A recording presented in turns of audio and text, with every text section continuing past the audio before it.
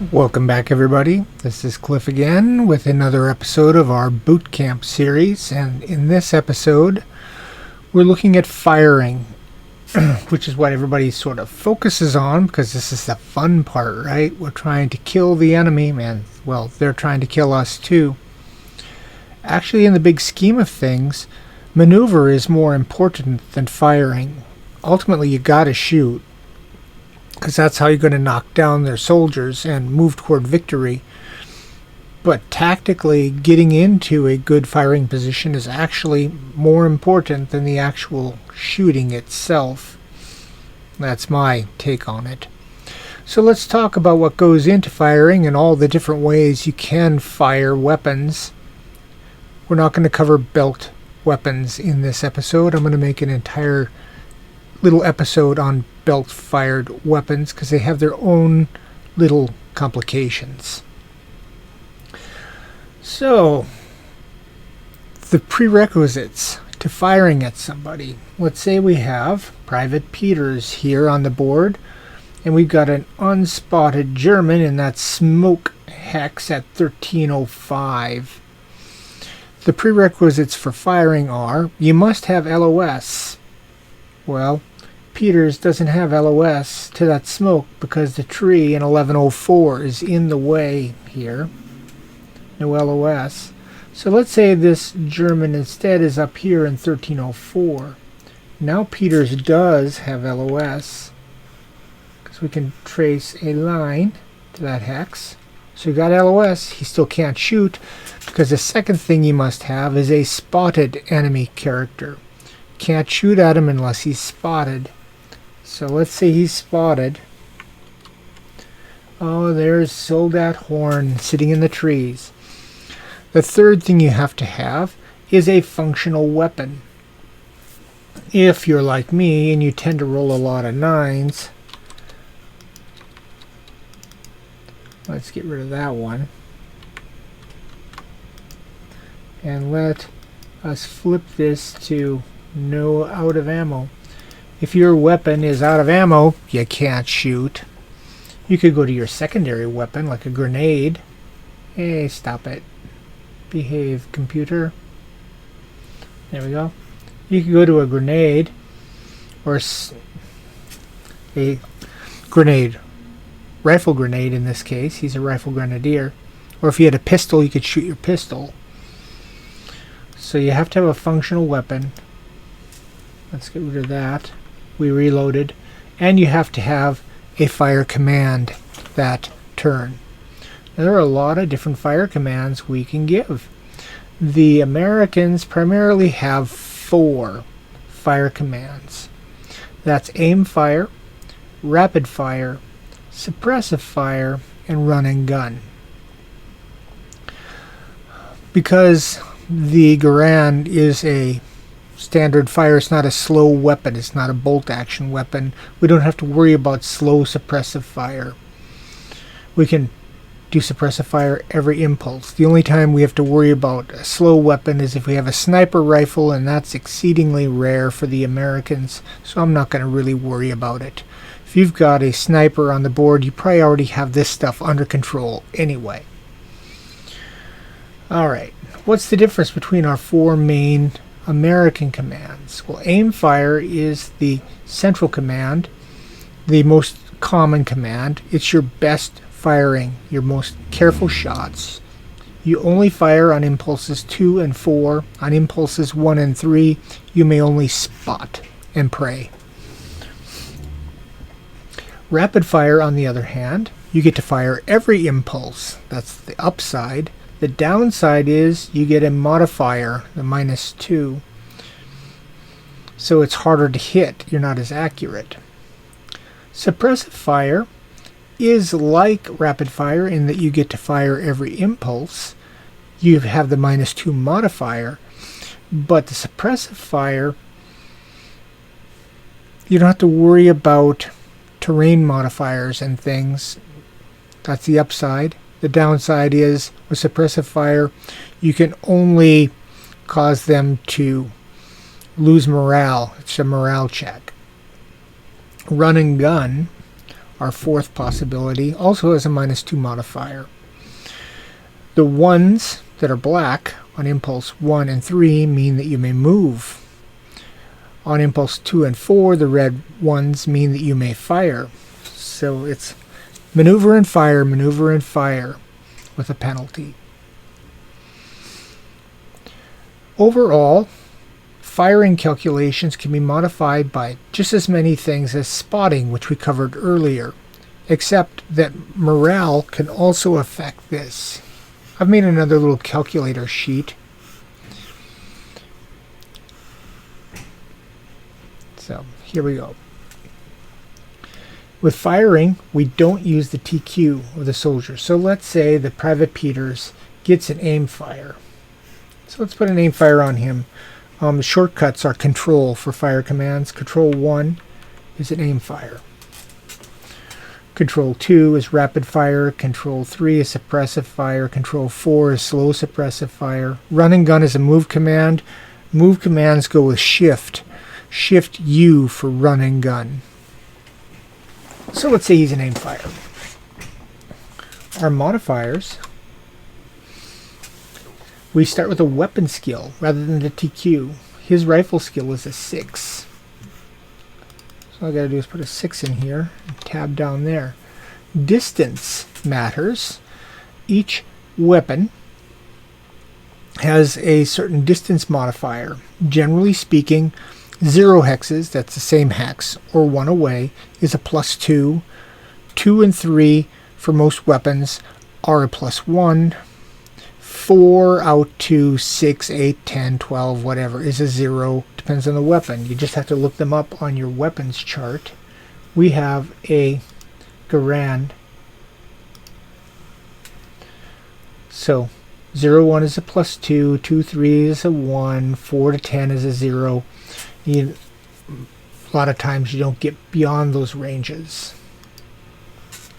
Our range here is 1, 2, 3, 4, which is a 0. So our distance modifier is 0.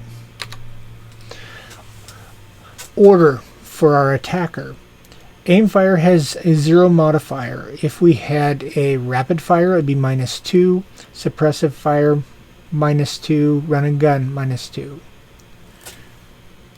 The order and cover for your defender. Well, let's say that Soldat Horn is trying to fire back at us. Give him an aim fire. Aim fire in the woods is a -2. You just have to go to order and terrain. Go to aim fire in the trees, -2.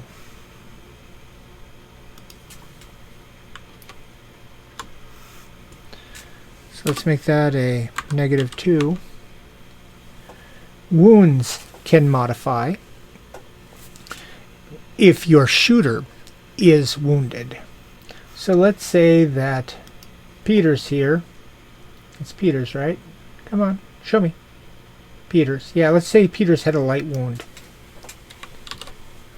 And Horn here already had a bad wound. The bad wound doesn't affect this shot, because what we care about is who is shooting. So we got a light wound here. Light wounds have a -1. Look for the circles. The circles are the modifiers for weapon skill on all of these. Don't pay any attention to the red squares or the black squares. Look at the circles. Light wound is -1. So he goes -1 there. Skills for the attacker. Sometimes in Volume 2 there are skills that'll give modifiers. We're not playing with those right now. No skills for the defender. Morale can modify firing. Routing, you can't fire. Shaken and cautious have negative impacts on firing ability. Normal, bold, and aggressive do not. Berserk actually makes you a better shot. Let's say he doesn't have any morale here that we need to worry about. Let's say he's still normal. Smoke can impact a shot. If you have your line of sight passing through smoke, you get a -4 modifier. If it's anywhere through fading smoke, it's another -2, and these stack. If the line of sight went through both of these, it'd be -6. If it passes through any part of it. That also is true if the smoke is on the target hex, on the firing hex, or any hex in between. In this case, we have no smoke modifier. Nighttime can modify. -2 to hit at greater than 2 hexes. It's nighttime greater than 2 hexes, so we get a -2 there. -2, please, Cliff. Weather can modify. In this case, we say it's heavy rain. -1 weapon skill at greater than 2 hexes. It's greater than 2 hexes, so it's a -1, which means we need to roll a 0 to hit him. If you roll a 9, it is always a miss, and you're low ammo, or if you're already low ammo, you run out of ammo, which is very annoying. You can use this sheet to do the calculations at first so you don't forget all these many things that can modify. But as you play for a while, this just becomes second hand. It's just natural. So he would have to roll a 0, and you just roll your d10.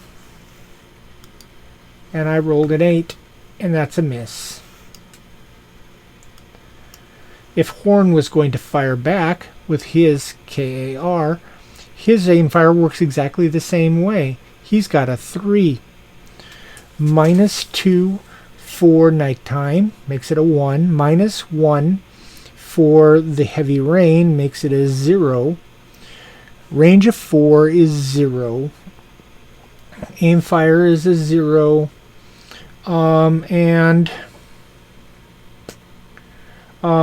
I'm aimfire in trees, so that's a -2. So he needs to roll a -2. How do you roll a -2? Well, you got to remember rule of 0. He would have to roll a 0 first to have any chance to hit me, and then the -2 goes on to his TQ 4, so he'd need a 0 and a 2 to hit me, and he rolls an 8 as well and misses. Rapid fire works much the same. So let me get rid of this aim fire. I'm just going to delete that off, and I'm going to say he's not wounded now. And I'm going to give him a rapid fire control 2.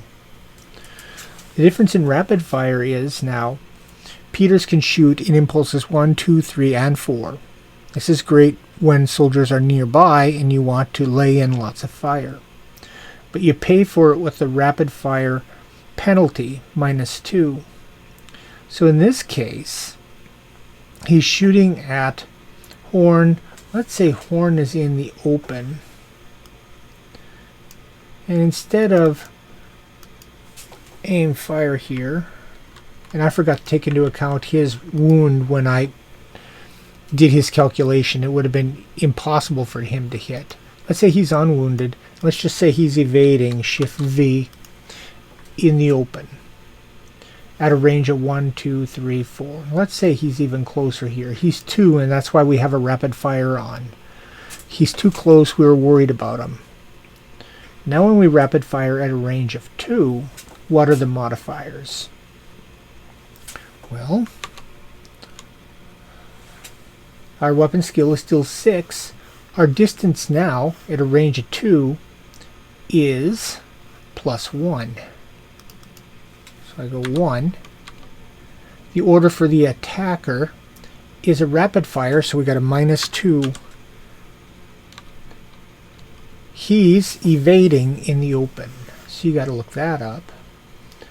So, come on. Evading in the open is a -1 right here.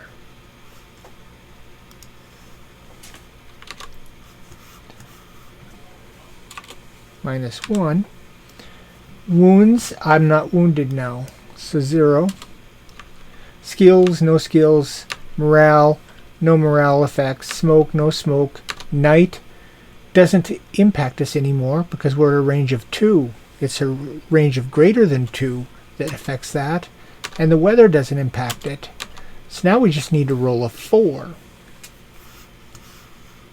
And we can roll that every impulse. And I roll a, what do I roll? 7 and miss. Next impulse I roll a 1 and hit. Running guns. Well, let's do suppressive fire next. Suppressive fire. And let's put this guy back in the woods. And let's put smoke on him.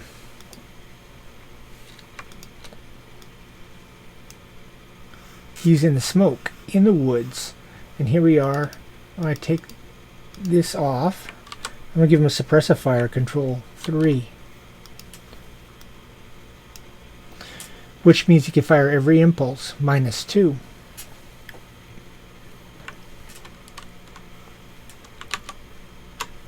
Alright, weapon skill is 6. Distance, we're back to 4, so the distance modifier is 0. Attacker, I get a -2 for the suppression. Cover, he's evading in trees, in smoke, and the modifier is 0. Because we get to ignore all of those modifiers. Wounds would still matter, but we don't have any wounds. Skills still matter. Morale still matters, but that's not a factor. Smoke doesn't count. Night doesn't count, and weather doesn't count. With suppressive fire, you're not shooting at people per se, you're shooting at an area. He's looking 40 yards away, and he's just shooting methodically. He doesn't even need to see what he's shooting at. He's just laying down fire methodically. Now, because he's not really shooting at anybody, he's not going to really wound anybody, but he might freak out Soldat Horn so that he will maybe go down in morale, get more cautious. The bullets might whiz by close enough that he gets kind of suppressed. Hence, we call it suppressing fire. So with this shot, if I roll a 4 or less, Soldat Horn will have to take a morale check. He does not draw a wound card, which we'll cover later. So I roll a 1, and Soldat Horn has to take a morale check, and we'll talk about morale checks later. So suppressing fire is a great way to knock down people's morale, which is a good prerequisite step to taking somebody out in close combat. Run and gun, like it sounds, allows you to move and then shoot.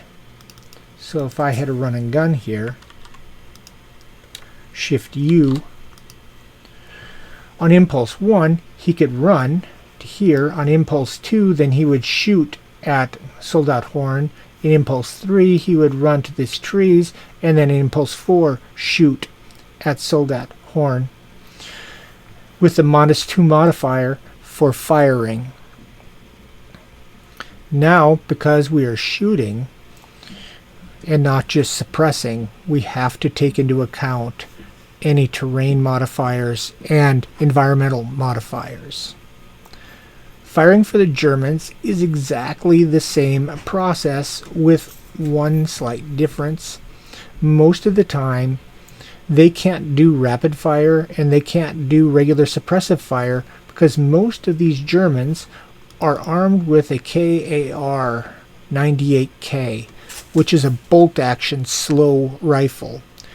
They can only do aim fire, not rapid fire. They can only do slow suppress fire, which means they can only fire on impulses 2 and 4. The rules for suppression are exactly the same calculation, but they can only fire half as often. They can still do a run and gun. Now, that's different if you have an automatic weapon, like this Browning here, our BAR, or this Obergefreiter Simon here, who has a machine pistol. These can fire rapidly, so this German can do rapid fire. This German can do full-on suppressive fire, not just slow suppressive fire. And they get multiple shots per turn. So when they fire, the Browning, the BAR, gets 1 or 2 shots. If you have a grease gun, you get 3 shots. This machine pistol gets 3 shots. Those are all specified in the weapons characteristics. So the Browning here can get 1 or 2. The grease gun can get 3 shots. The machine pistol down here, the MP40, can get 3 shots. When we get to the belt-fed ones, they put down even more. The MG42s are really scary. That is the basics of firing. The key thing is to remember all of the different things that can affect it. Remember that suppressing fire, the only thing that's going to modify suppressing fire is the distance, any wounds and morale of your firing soldier. Nothing else affects it. So it's good to lay in suppressing fire in like fortified buildings and places that are hard to kill them, in the effort to get their morale down. Plus, if they fail a morale check, they got to duck back, which puts them out of action for that turn and they can't be firing back at you. I think that's the basics of what I wanted to cover here. Look for the circles, not for the squares. Modify, use the firing calculation table until you get comfortable doing this. After that, it just becomes a matter of habit. You do these calculations quickly in your head, and you kind of memorize the ranges for most of the weapons that are common. I hope it helps somewhat to clarify this important topic, and I'll be getting back to you soon with another episode. Talk to you then.